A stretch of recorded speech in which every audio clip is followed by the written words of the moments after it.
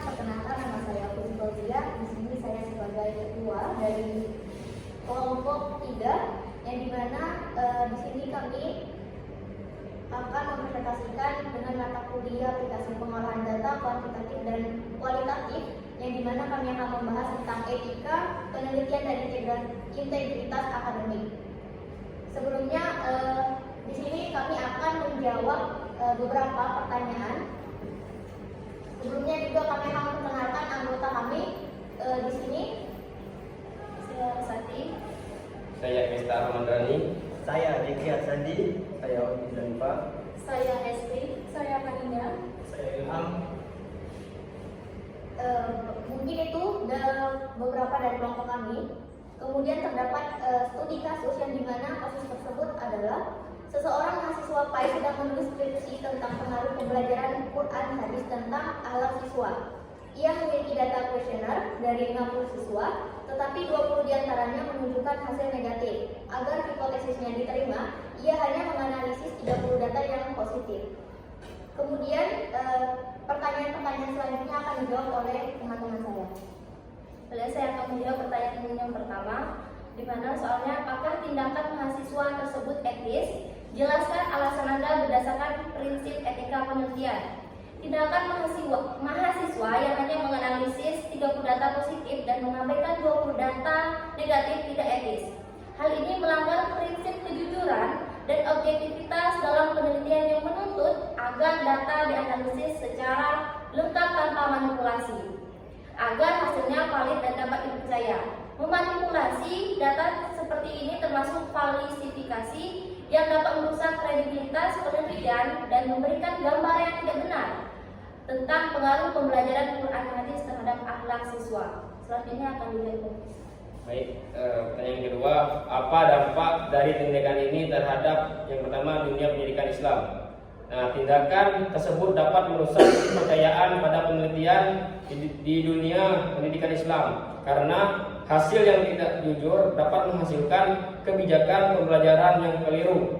Ini berpotensi menyebarkan informasi yang salah dan menurunkan kualitas pendidikan berbasis nilai Islam yang sesungguhnya mengedepankan kejujuran dan keadilan. Baik, yang bagian B akan dijawab oleh saudara Diki Arsandi. Selanjutnya adapun dampak dari kredibilitas penelitian. Kredibilitas penelitian ini akan sangat terganggu bila diketahui manipulasi data. Dia akan dianggap tidak profesional dan tidak dipercaya, yang berdampak negatif pada reputasi akademiknya serta masa depan karirnya. Kemudian dijelaskan oleh saudara Hofi.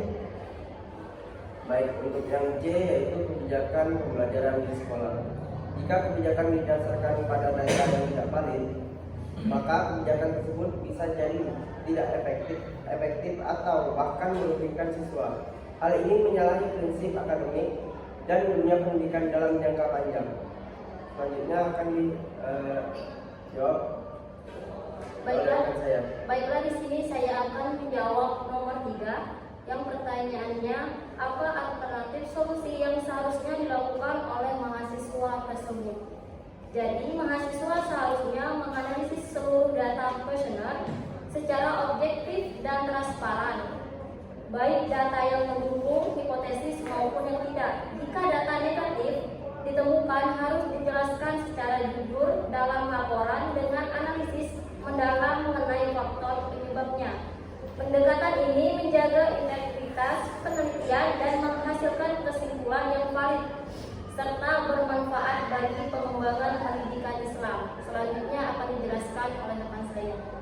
Baik, di sini saya akan menjelaskan jawaban nomor 4, yaitu kaitkan kasus ini dengan nilai Islam. Sebutkan satu ayat atau hadis yang relevan. Nah, di sini kami memilih salah satu kutipan dari Al-Quran surah Al-Baqarah ayat 42 yang berbunyi, Bismillahirrahmanirrahim. Talbisul haqqa bil batili wa taqtumul haqqa wa antum. Yang artinya, janganlah kamu campur adukan kebenaran dengan kebatilan, dan jangan pula kamu sembunyikan kebenaran sedangkan kamu mengetahuinya. Nah, dari kasus yang telah dijabarkan oleh rekan-rekan saya sebelumnya, bahwasanya di sini terjadi namanya tindakan tidak jujur. Maka di sini tentunya sangat melanggar prinsip-prinsip yang diatur dalam Al-Quran. Salah satunya Al-Baqarah ayat 42 tadi. Begitu juga kita sebagai peneliti ataupun mahasiswa itu harus menanamkan sifat keadilan, sifat kejujuran, tidak berbohong terhadap data yang ada. Kemudian di sini kami juga mencantumkan hadis yang relevan yang berbunyi ayatul mudafiqi salasun iza haddasa kadzaba wa iza wa'ada akhlafa wa iza a'tumina khana. Yang artinya tanda orang munafik itu ada 3. Jika berkata dia berdusta, jika berjanji dia mengingkari, dan jika diberi amanah dia khianati. Hadis riwayat Bukhari dan Muslim dari Abu Hurairah.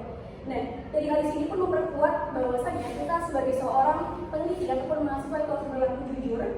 Dikarenakan kalau kita melakukan perbuatan yang istilahnya di luar norma-norma seperti jujur tadi, maka kita termasuk dalam orang munafik. Dan tentunya hal ini sangat melanggar prinsip-prinsip dalam penelitian.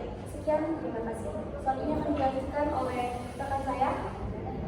Baik, saya akan menyampaikan hasil kesimpulan dari kelompok kami, yaitu ada tindakan manipulasi data yang oleh mahasiswa ini tidak etis dan juga akan merusak kepercayaan dalam dunia pendidikan Islam.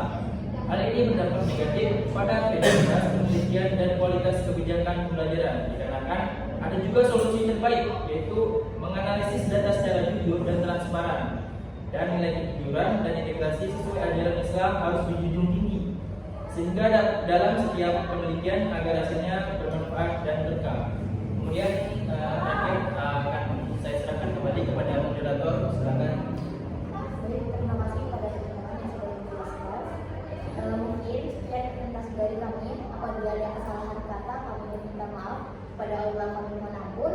Akhir kata kami ucapkan wabillahi taufiq wal hidayah. Wassalamualaikum warahmatullahi wabarakatuh.